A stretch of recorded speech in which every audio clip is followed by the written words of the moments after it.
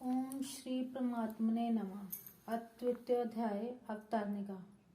दुर्योधन ने द्रोणाचार्य से दोनों सेनाओं की बात कही, पर द्रोणाचार्य कुछ भी बोले नहीं। इससे दुर्योधन दुखी हो गया।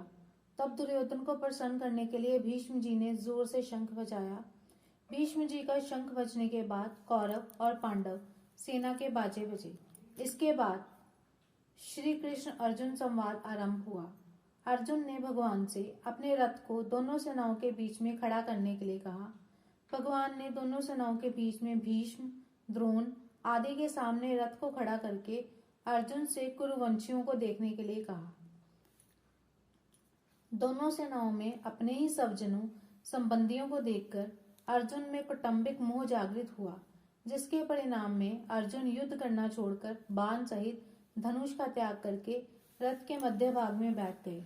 इसके बाद विषाद मगन अर्जुन के प्रति भगवान ने क्या कहा, ये बात धृतराष्ट्र को सुनाने के लिए संजय दूसरे अध्याय का विषय आरंभ करते हैं। संजय उवाच तम तथा कृपया विष्टम श्रुपूर्णा कुलेक्षणम विषिदंतमिदं वाक्यमुवाच मधुसूदन।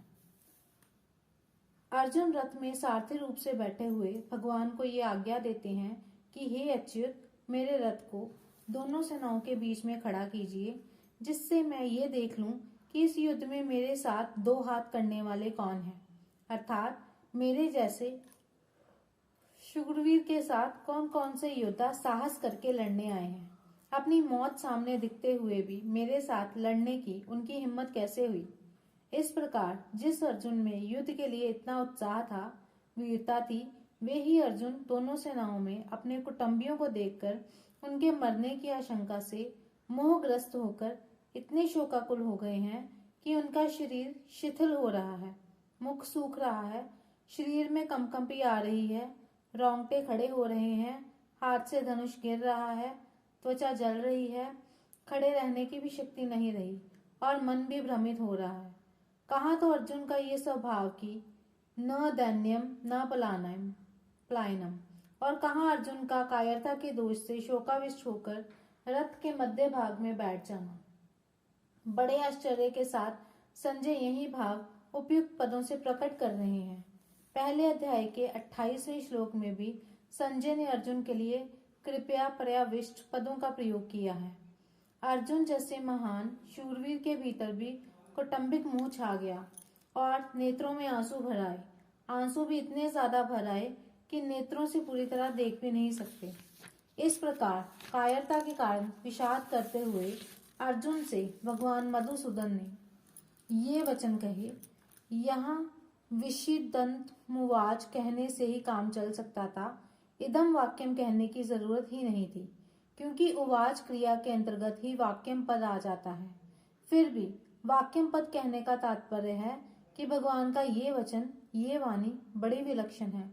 अर्जुन में धर्म का बाना पहनकर जो कर्तव्य त्याग रूप बुराई आ गई थी, उस पर ये भगवत वाणी सीधा आघात पहुंचाने वाली है। अर्जुन का युद्ध से उपराम होने का जो निर्णय था, उसमें खलबली मचा देने वाली है।